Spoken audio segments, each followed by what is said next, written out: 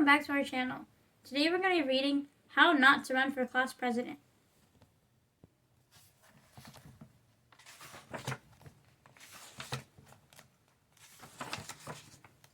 Little Brothers and Other Bad Ideas. Hi, my name is Will. One Sunday I was eating popcorn and reading comic books. Suddenly my younger brother Steve poked me. I want you to walk Buster with me, he said. It's more fun when we do it together. Good idea, Dad said. Go with him, Will. But, I began. Just go, Mom said. You could use some fresh air, Will. Steve ran outside. I shuffled out the door, holding Buster's leash. Look at this, Will, Steve cried. Your class is electing a president. So, all the grades do that, I told him. Not kindergarten, Steve said. I wish we were having an election, too. Are you going to run for president? It would be fun to be in charge. It's not about being in charge, I said. It's about doing a lot of extra work. On Monday morning, Chelsea rushed into homeroom. Mr. Duffy, may I present my new campaign idea, she asked. Go ahead, Chelsea, Mr. Duffy said. Chelsea smiled at the whole class. Everyone loves a good book, right? We all cheered. Cool, this is my plan, Chelsea said. Reading to kindergartners. We'll be like big sisters and brothers, and you'll only have to give up a little bit of free reading time each week to do it. Everyone was still cheering, except me. Kindergartners? Steve was in kindergarten. Great idea, Chelsea, my friend Jack called out. Yes, it's an excellent idea, Mr. Duffy said. Does anyone else want to present any campaign ideas? Remember, the election is this Friday. Nobody else is running, Mr. Duffy, a boy named Luke said. Wait a minute, I said. Is everyone really okay with hanging out with kindergartners? What do you mean, Will? Jack asked. I live with a kindergartner, I said. Trust me, they're not that much fun. Everyone stared at me.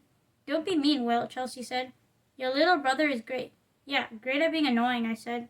Lesson number 1. When it comes to campaign promises, you're never going to please everyone. Me and my big mouth.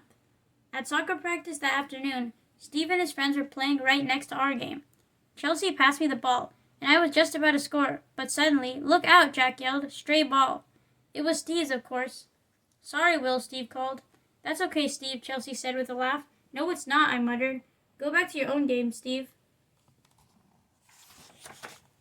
Don't be a meanie, Will, Chelsea said. That's easy for you to say, I told her. You don't have a little brother. You don't know what they're really like. Lighten up, Will, Jack said.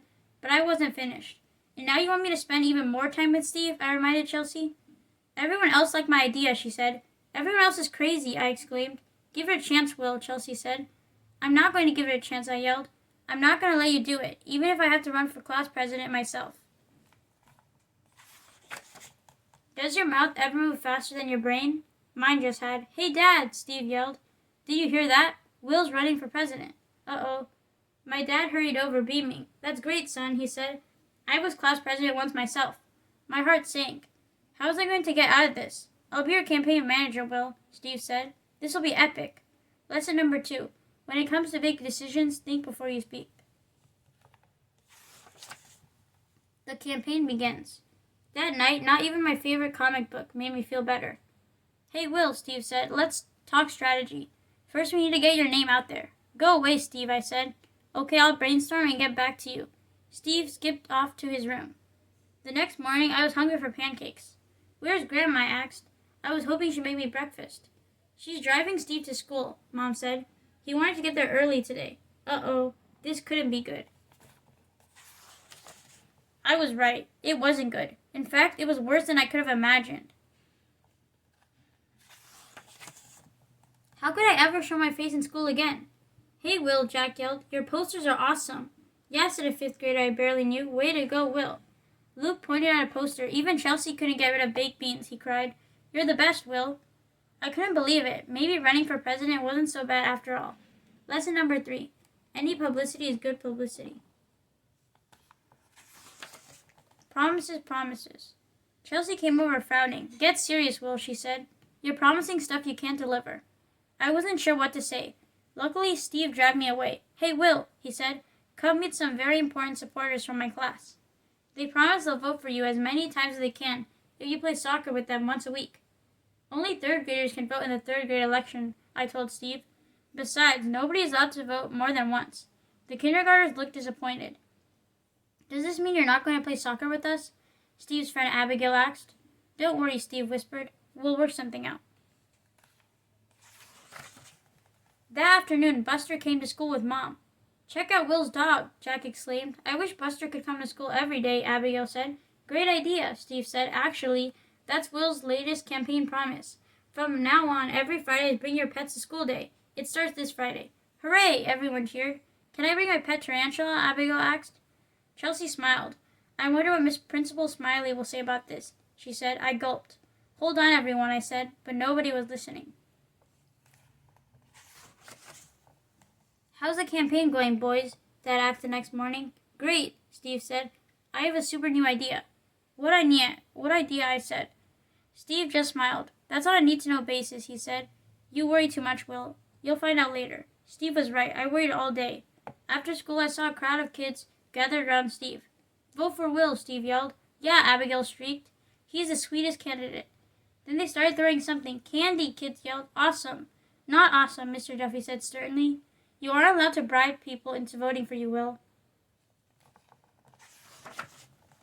The next day after school, I wanted to play soccer, but Steve had other plans. Hey, everyone, Steve yelled. My brother, the future president, is going to make a speech. I am? I stammered. Everyone was staring at me. I had to say something. Tell them all the substitute teachers will be former Olympic champions from now on, Steve whispered. Can I still bring my cat in on Friday? A girl asked. No, I said. But if you like animals, maybe we could raise money for the animal shelter in town. Great idea, someone said. Yeah, Steve said. But listen to this. If Will is president, no more tests ever. The crowd went wild. Chelsea walked over. The testing won't work, she said, but I like your animal shelter plan. You have some good ideas when you aren't trying to be popular, Will. I felt bad. I could tell that Chelsea really wanted to be president and help people.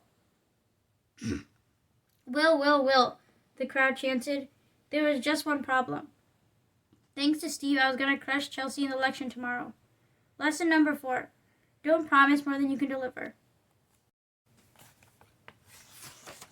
The big day. Friday was the big day. Here are your talking points for today's assembly, Steve said while Mom was driving us to school. You've done the hard part. Now let's win this thing. Mom peered out the windshield. Is that a goat? She said. Uh-oh. Apparently some kids had believed Steve's pet day promise. What's going on here? Principal Smiley exclaimed. She grabbed a kid with a parrot. Who told you to bring your animals to school? The kid pointed to me. Will did. I gulped. Chelsea stepped forward. This was just a misunderstanding, she said. We'll help you find a safe place for the pets to stay. Right, Will? The assembly started out okay. My speech went pretty well, even though I didn't use all of Steve's talking points. Then it was Chelsea's turn. As soon as she started to speak, Abigail screeched, Will is great. Vote for Will. Soon everyone joined in.